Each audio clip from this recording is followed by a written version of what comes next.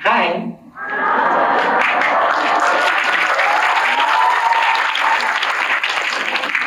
di sini ada yang tinggal sama anak balita, mungkin ponakannya, mungkin adiknya, atau mungkin anaknya. Boleh angkat tangan? Satu. Boleh lebih tinggi nggak? Oh, kelihatan soalnya dari sini. Oke, menarik. Ketika kita sedang berargumen dengan anak balita, tentu kita sebagai orang dewasa, kita udah pernah take their word seriously sampai baper. Kak, kamu jelek deh. Wah, kakak bau. Ih, tante bawel. Sebagai orang dewasa, respon kita seperti apa sih teman-teman? Ah, macet sih. Kita nggak pernah baper karena kita tahu mereka masih anak-anak and they know nothing yet. Metode ini adalah hal yang sama yang selalu aku terapkan ketika aku diserang dengan berbagai opini-opini tidak jelas dari orang-orang yang aku tidak kenal. I always try my best to see them as a kid that know nothing. At least they know nothing about myself. Apalagi ketika opini itu datang dari stranger from internet. Aku selalu mencoba untuk melihat mereka seperti anak-anak. Dan somehow, metode ini membantu aku untuk menjadi pribadi yang bodoh amat. Ketika dicolek sama panitia Festival of Twenties untuk berbagi life skill ke audiens hari ini, aku tuh mikir banget loh teman-teman, mau bagiin apa ya? Terus tiba-tiba tersirat sebuah komentar di TikTok, Kak Ian itu kelihatan sangat bodoh amat ya. Karena mungkin kalau teman-teman pernah berkunjung ke halaman TikTok saya, wow, penuh dengan ujaran kebencian. Terus akhirnya aku mikir, kayaknya hari-hari ini bodoh amat itu lebih dari hanya sekedar sebuah respon saja. Bodoh amat itu sebuah life skill, itu sebuah ilmu yang rasanya begitu berguna untuk menjadi shield di era digital seperti sekarang ini. Sayangnya, bodoh amat itu seperti pedang bermata dua. Orang-orang yang terlalu bodoh amat itu juga nggak baik, karena lama-lama menjadi pribadi yang berempati. Makanya penting untuk kita untuk punya circle atau environment orang-orang yang kita percaya kritik mereka itu tujuannya untuk membangun kita. Aku bodoh amat, tapi aku bukan anti kritik. I have people that I take their critics seriously. Tapi di samping itu, menjadi orang yang terlalu memikirkan pendapat dan opini orang lain, itu juga sangat berbahaya. Sangat berbahaya, oke. Misalnya deh, kita pasti pernah lah, apalagi di sini aku lihat banyak ciwi-ciwi. Kita mau post Instastory, selfie, takut ntar dibilang sok cantik. Mau nge-post, wah aku ketemu nih skincare bagus banget, ntar kata orang, gak ada yang nanya. Kita nge-review makanan, sok selebgram.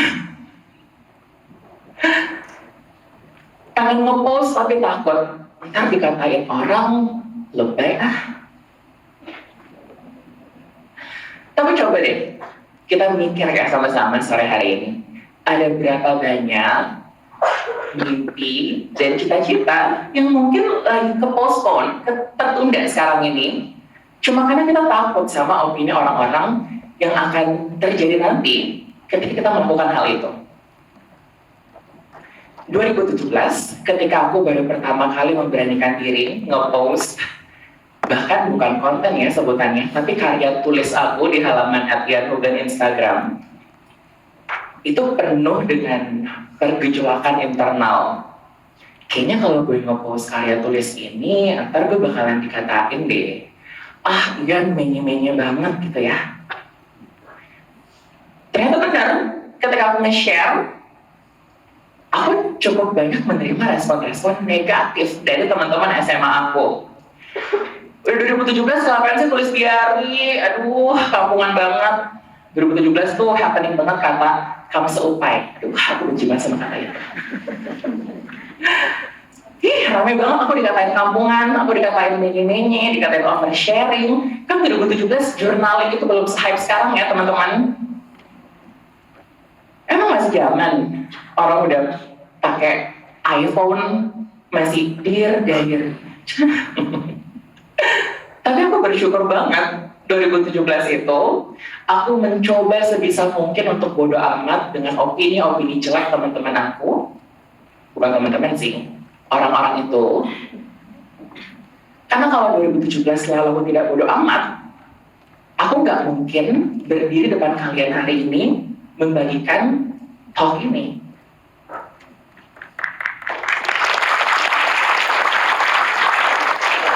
Jadi ternyata bodo amat itu beneficial banget ya, tentu.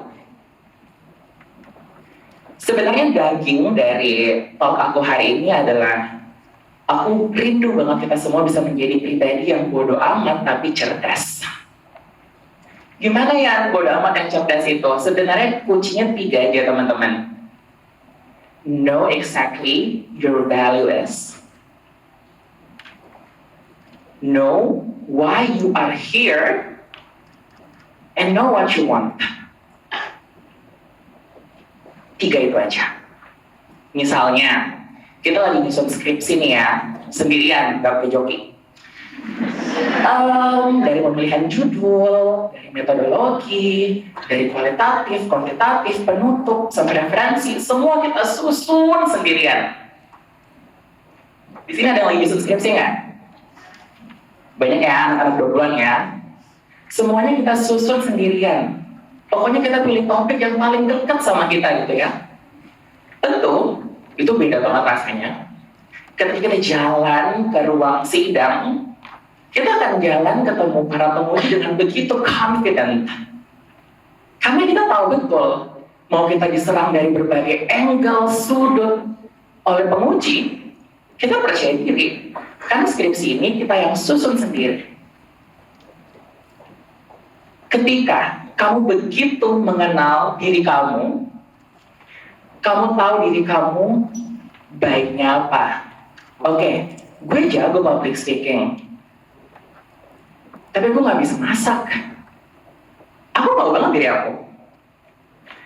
You know all your goods and bads. Dan kamu tahu kenapa kamu ada di sini. Oke, misalnya gue pengen jadi content creator. Itu kan yang pengen lo achieve. Pengen jadi content creator. Apa yang harus lo bikin? Gue harus nge-post konten. Oke, gue pengen 2025 besok badan gue jadi. Gue pengen perut gue kayak roti, sari roti. Gak boleh sebut brandnya. Kotak-kotak. Kalau mau perutnya kotak-kotak harus ngapain sih? Mukbang. Enggak, harus ke gym.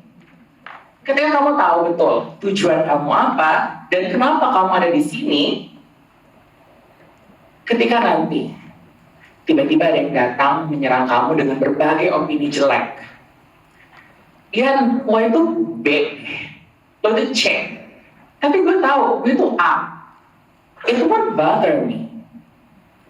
Ian, kamu tuh jelek deh. Tapi aku tahu aku tuh gak jelek, misalnya seperti itu. It won't bother me because I know exactly who I am. Kamu tahu misalnya, ada kucing kakinya 4. Itu kan kita semua tahu ya, jelas gitu. Tiba-tiba ada orang gak jelas, kucingnya kakinya 2. Kita tahu, ini orang gesrek nih. Kan kita tahu betul kan, kucing ini kakinya 4. Metode yang sama, ketika kamu tahu betul siapa diri kamu, terus ada orang gila yang tiba-tiba datang bilang kamu orang lain, it won't bother you. Apalagi kalau orang itu adalah stranger from internet. Rumusnya, if you don't know them personally, then never take their shit, never take their words personal. And once you masterize this very beautiful skill of being bodo amat, ini kamera intinya di mana? Ini gongnya nih. Biar FYP.